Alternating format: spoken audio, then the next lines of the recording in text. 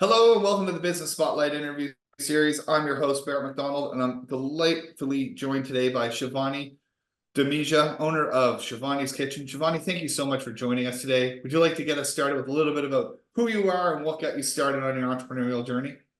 Thank you, Brett. I'm Shivani Dhamija. I'm an immigrant who came to Canada around 15 years ago and started my business. Like many other immigrants, started this 10 years ago. I was good in making natural Indian food, so that's what I started making for other people. And I don't know how the journey with the rollers and coasters became so big. I was just thinking this morning that few years ago, I used to only shop at Costco, and today my products are at Costco. Would have never imagined that. So yeah, this is that's about me, Shivani. That's a really good story on how fast you turned that around. Getting into a big empire like Costco is no small feat. Yes, yes. I wish I'm like Pepsi or Coke, bigger empire than Costco.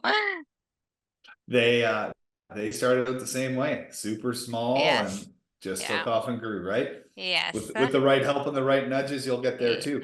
probably hope so. So of course, it's all about that positive mindset, Mhm. and anyone can get there, right? A little bit of luck along the way as well. So you've been in business for just over 10 years. So what are some of the common misconceptions you've come across about running a business, and what do you do to combat them? Oh, I am a millionaire.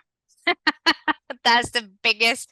Everyone thinks I have so much money, and I hate those people who tell me, "Oh, Shivani, my God, Shivani, you can buy anything. You might be having like 5 houses." No, sometimes struggle to pay for my son's uh, coaching for soccer or coaching for chess. Like, I am a very small business, and I have no $1 million sitting in my account. Yes, Yeah, biggest absolutely. misconception. And that and the amount of time it takes, and it's a lot Yes. of fun. Yes. It's a lot of fun. I don't think so I can survive without being in a business because I love the challenges which come every day. It keeps me alive.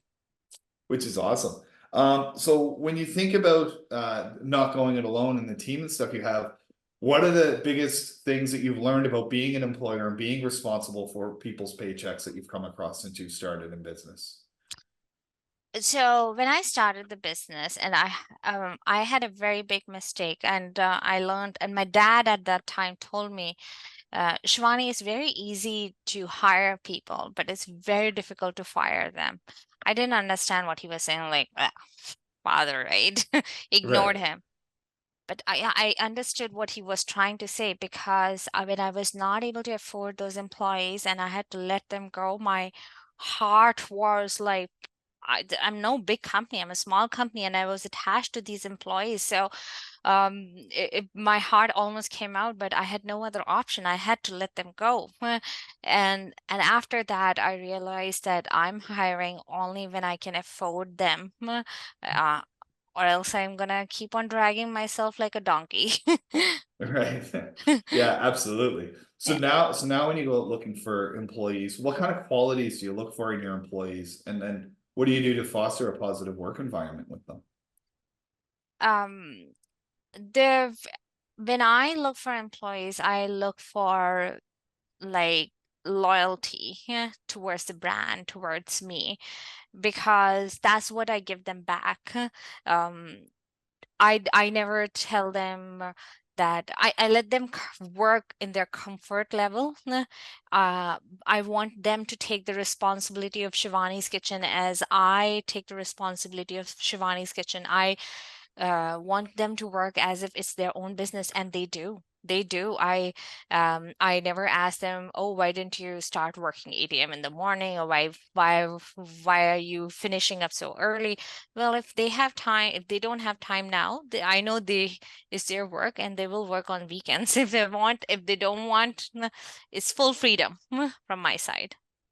That's awesome. That's a unique approach. And if Yes. it's working, right? Yeah. I never count how many leaves they are taking, and I'm telling you, I have given them full confidence, like you can take as many leaves as you want, and I think they like this part.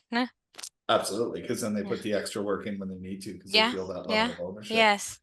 which is awesome. So when you think about the growth trajectory you're on, what do you attribute that level of growth to? Can you explain me the meaning of growth trajectory, please? So when you think about the fact that you've expanded in products, you've expanded in volume, your revenue's growing, your footprint's growing in the stores that you come in, what do you attribute that to? And again, I don't understand the meaning of attribute. Oh, Sorry. okay. No problem. So attribute is like, what are the factors that you think are helping you grow Okay. and move forward? Patience.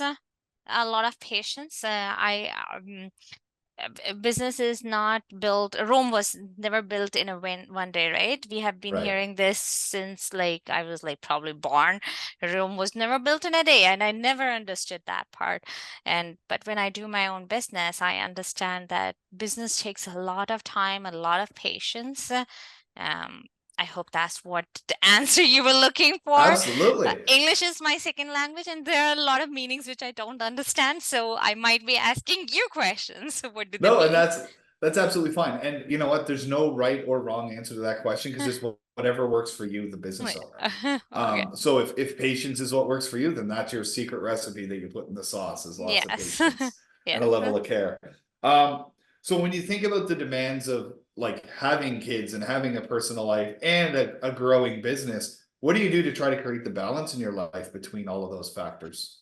It is very difficult, but I initially in 2018 I opened a restaurant and I was working day and night 24 by 7.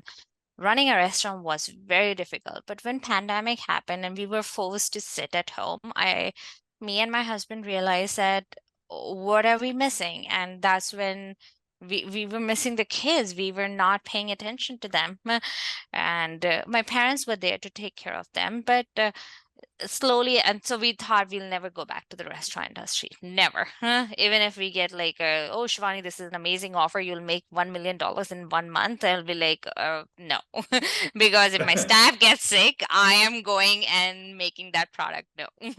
So I like this part, this way I'm able to give my weekends to my kids.